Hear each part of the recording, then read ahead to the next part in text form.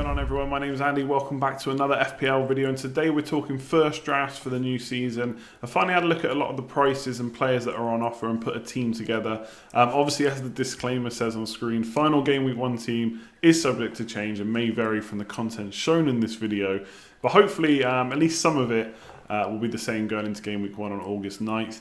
And before I get into the actual team, I've gone through what I called a few non-negotiables. So these are things that of course could still change, but I think they're very unlikely to. I've definitely got a core of players that I want to build around, so I'm going to talk about them and why, and then show the full team afterwards. So first set of non-negotiables are of course Liverpool are absolutely must own. And I know a lot of people know this already, but I have seen a few tweets on social media and stuff like that saying that Robertson at 7.7 million is overpriced. But for me, Liverpool are probably the key team when it comes to FPL. Obviously, Man City are a great team. They've won the league the last 2 seasons. And there's going to be a lot of points there. But in some cases, their players are the same, if not more. And they're also more likely to be prone to rotation. So Salah and Mane, the likes of them, you don't see them get rotated that often. Van Dijk doesn't miss a minute when he's fit.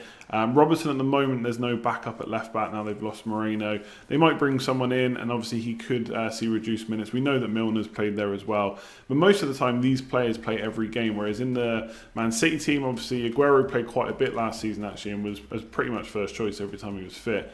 But Jesus can play there. We've seen Sterling get rotated. They basically have a bigger depth in the Man City squad. So for me, Liverpool are absolutely key. And given that there's only $1 million price difference between Mane and Salah, Salah's on penalties when Milner's not on the pitch, and he scored 250 points plus the last 2 seasons. I'm absolutely going with him.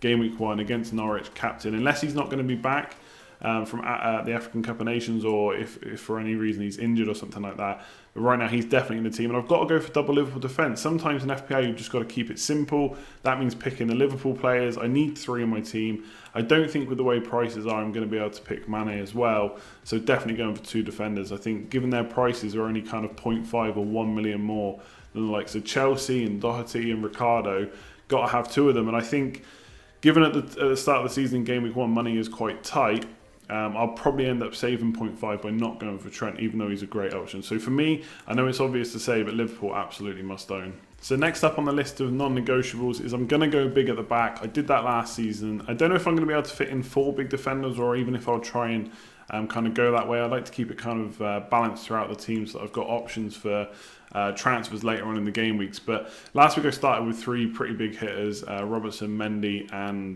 Bailly at Man United. Obviously I should have gone for someone different, but this year because I've not got an extra Liverpool slot, I'm definitely going to have Salah because I want him as my captain. I've gone for Laporte, 177 points last year. Man City will keep clean sheets again, and he's about as nailed on as it gets in that back line because he's left footed and he plays on the left of the 2 centre-backs. He plays most games, got goal threat as well.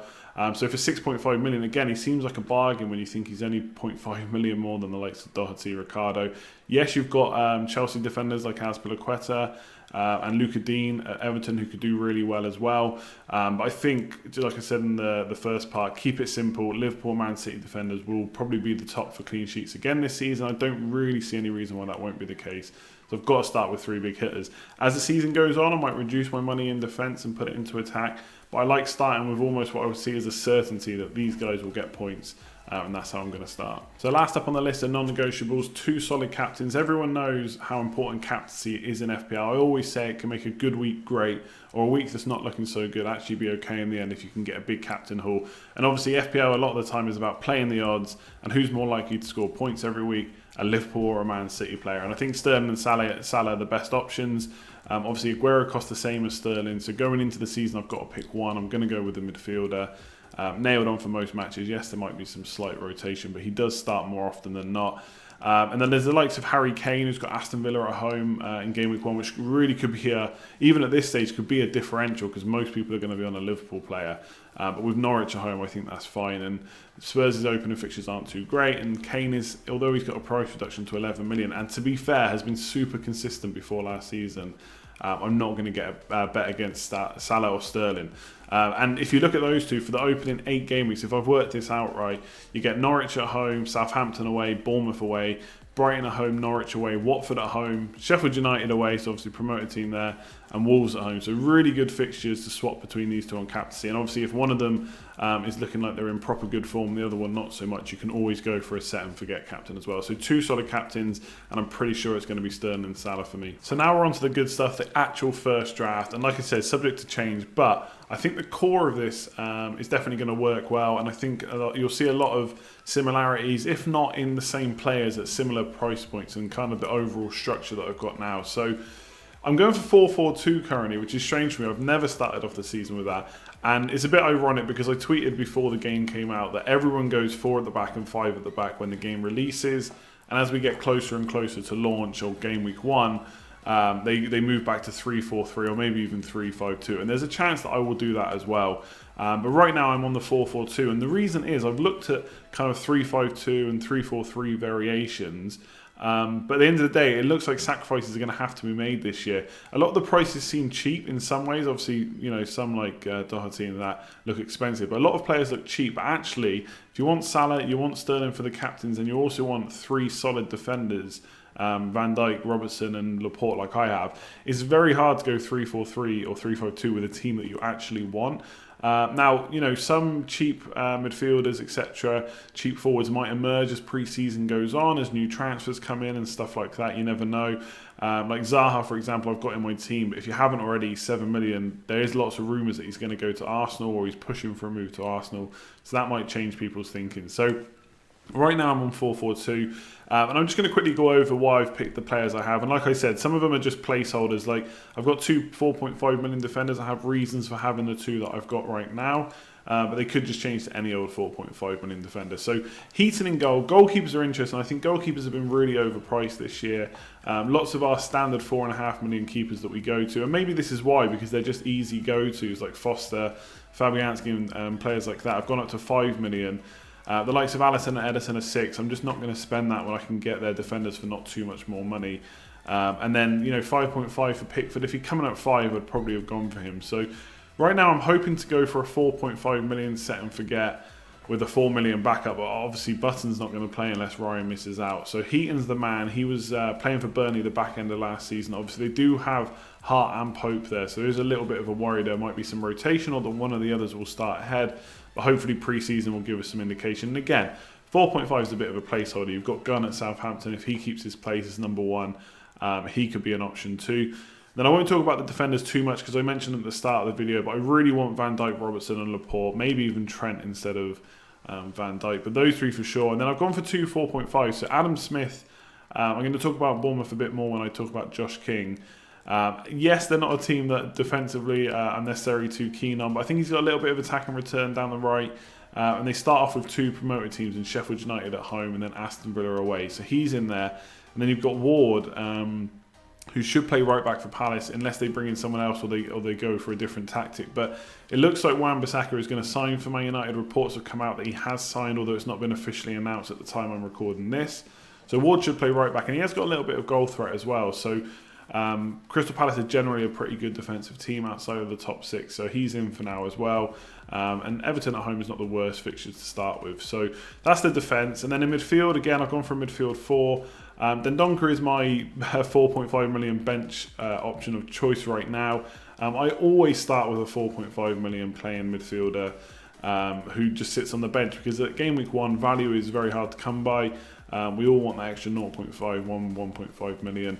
We just can't have it. So our teams obviously are not the same as they end up on game week 38. So I basically put a guy on the bench that I'm not going to ever look to play. And if he comes on with a couple of points, then great. A little bit of goal threat maybe from corners and probably should play for Wolves most weeks. So he's in there right now. That could change again. But have to have a 4.5 million bencher. And then in midfield, I've already spoken about Sterling and Salah. They're almost non-negotiables for me. They're going to be my captains. Sigurdsson is someone I picked. So Everton have got really good opening fixtures. So Palace away, Watford, Villa, Wolves, Bournemouth, Sheffield United to open, various home and away. But yeah, Palace, Watford, Villa, Wolves, Bournemouth and Sheffield United. So Everton have got one of the best set of opening fixtures.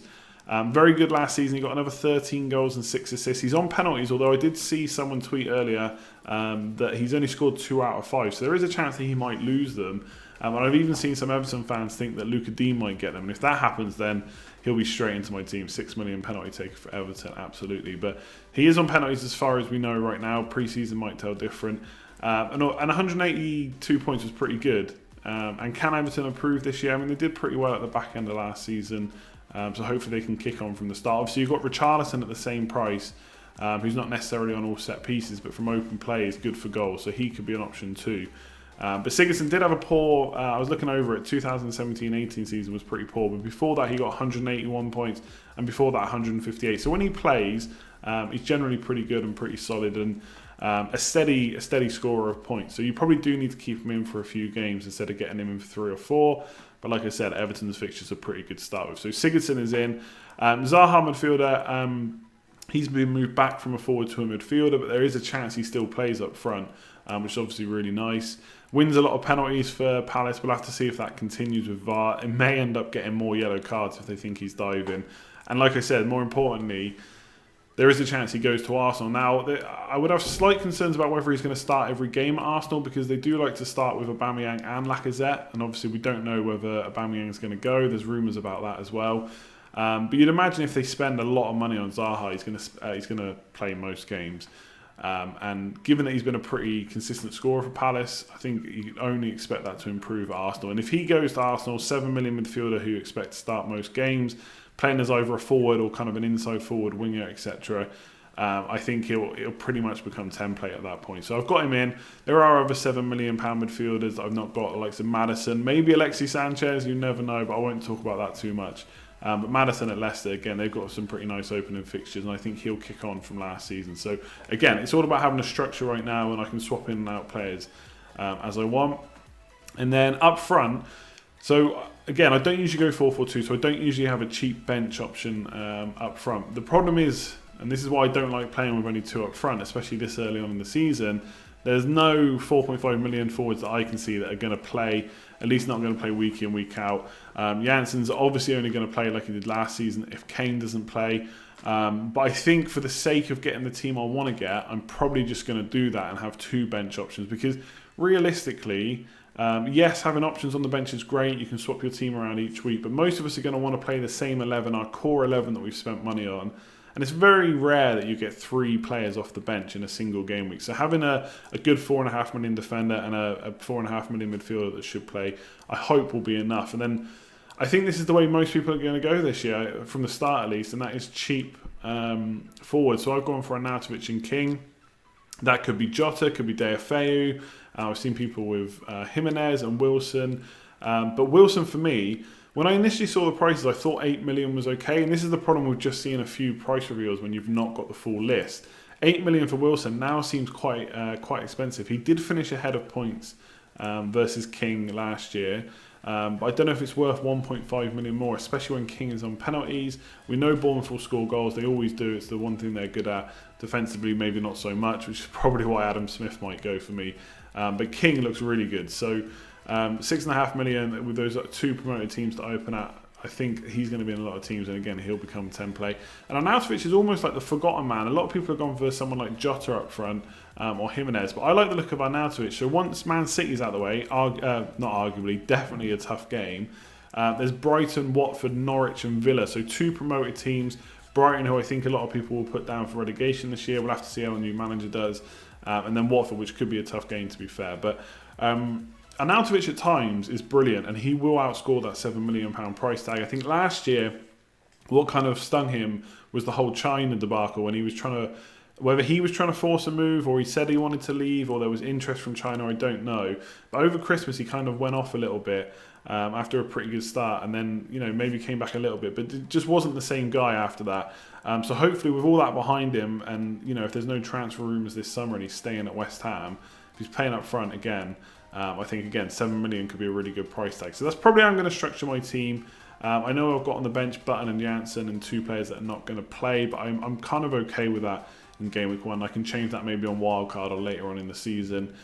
So yeah, I'm going 4-4-2. Let me know in the comments below what you think in my team. How is yours looking? Obviously, key standouts here. No premium striker, no Aguero, no Kane.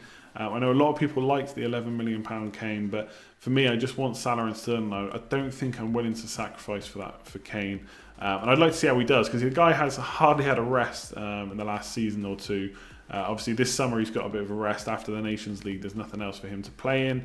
So we can see how that goes. But yeah, I mean, Jota and Jimenez are two players I've considered, and they may come back in. The only thing with Wolves is credible season last season. They've got Europa League to contend with this year, and I just wonder how that will affect them. We'll have to see how many players they can kind of buy in and go from there. So yeah, let me know in the comments below how your team's looking, what you think of my team. Obviously, this will change, and I'll have loads of other videos to talk about certain price points, cheap defenders, cheap midfielders, the £7 million midfielders and stuff like that. So if you enjoyed this video, please give it a like. It really helps the content and the support of the channel. And subscribe if you're new around here, and hit that bell so you get notified for all the new videos. There will be loads coming over the summer. I've got loads of plans. It's just about trying to get the time to do it, but I will find it. So yeah, like, comment, share, subscribe, all of that good stuff, and I'll catch you next time. Cheers all.